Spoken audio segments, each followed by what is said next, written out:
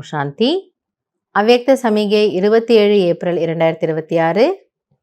இன்றைக்கு அன்பான பாப் தாதா தாயும் தந்தையுமாக இருக்கக்கூடியவர்கள் சொல்லிக் கொடுக்கக்கூடிய விஷயம், जो सरल चित्त है वही मधुरता के गुण संपन्न है, वही सदा हर्षित रहते हैं. பாபா சொல்றாரு, யார் சரளமான, அதாவது ஈஸி நேச்சரோடு இருக்கிறாங்களோ அவங்கள்ட்ட இனிமைத்தன்மை கண்டிப்பாக இருக்கும். அவங்க சதா சிரிச்சுட்டே மலர்ந்த முகத்தோடு இருக்கலாம். நேச்சுரலி இல்லையா, ஈஸி நேச்சராக இருந்தாங்கன்னா அவங்க கவலைப்பட வேண்டிய, டென்ஷனில் வர வேண்டிய, துக்கப்பட வேண்டிய அவசியமே இல்லை. லைட்டாக இருக்காங்க, அதனால் சதா சிரிச்சுட்டே சந்தோஷமாக இருக்காங்க. ஹர்ஷித் சித்து ஹே தோ சப்கோ ஆகர்ஷித் கர்த்தே. ஆக என்ன அளவில் கூட அவங்க எப்படி இருக்காங்களா, மலர்ச்சியாக இருக்கிறாங்க.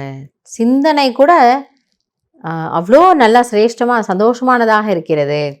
ஸோ அப்போ அப்படிப்பட்ட ஆத்மா எல்லாரும் என்ன பண்ணுறாங்களா, அட்ராக்ட் பண்ணுறாங்க. எப்படி ஒரு குழந்தை அது பாட்டுக்கு சிரிக்கும், அது ஒரு ஜோக் சொல்லலை, ஒன்றுமே இல்லை, ஆனால் அதை பார்த்த உடனே நமக்கு எல்லாருக்கும் ஒரு குஷி வருது.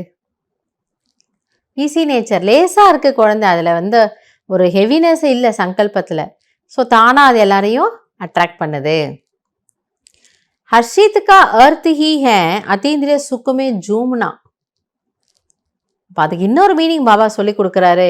மலர்ந்து இருப்பது என்றால் அதீந்திரிய சுகத்தின் ஊஞ்சலில் ஆடுவது. ज्ञान का सुमिरन करते, अव्यक्त स्थिति का अनुभव करते अतीन्द्रिय सुख में झूमना, इसको कहा जाता है हर्षित.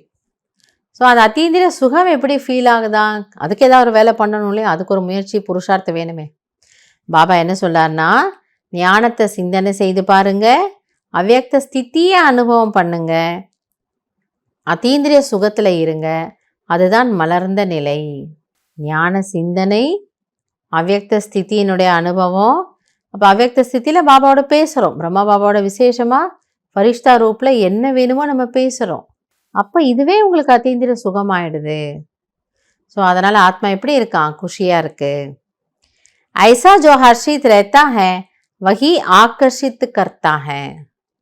ஸோ மலர்ந்து இருக்கக்கூடியவர்கள் அனைவரையும் தன் பக்கம் இழுக்கிறார்கள். எல்லாருக்கும் பிடிக்கும் இல்லையா, அவங்கள்ட்ட போய் 2 வார்த்தை பேசிட்டு வரலாம், குஷியாயிடுவோம் நம்ம. ஏன்னா உள்ள ஆத்மா அவ்வளோ நல்ல வைப்ரேஷனில் இருக்குது, அது குஷியில் இருக்குது. அந்த வைப்ரேஷனை எதிரில் இருக்கிறவங்கள என்ன பண்ணுமா, தானாக அட்ராக்ட் பண்ணி கூட்டிகிட்டு வந்துடும். எனவே பாபா இன்னைக்கு என்ன சொல்கிறாரு, அவ்யக்த ஸ்திதியில் இருங்க, ஹர்ஷித்து முக்கு, சதா குஷியில் இருங்க, ஞான சிந்தனை செய்யுங்க, நீங்கள் ஒரு பாயிண்ட் ஆஃப் அட்ராக்ஷன் ஆகிடுவீங்க. நம்ம குறிக்கோள் நம்ம எல்லாரையும் அட்ராக்ட் பண்ணணுங்கிறது இல்லை, நம்ம அவங்களுக்கு கொடுக்குறோம், அந்த குஷியை கொடுக்குறோம், அந்த திருப்தியை கொடுக்குறோம், அதுக்காக எல்லோரும் நம்ம பக்கத்தில் வருவாங்க. ஸோ இன்றைக்கி அது போல் ஞான சிந்தனை செய்து அவ்யக்த ஸ்திதியில் பாபாவோட பேசி குஷியாக இருக்கலாம். நல்லது. ஓம் சாந்தி.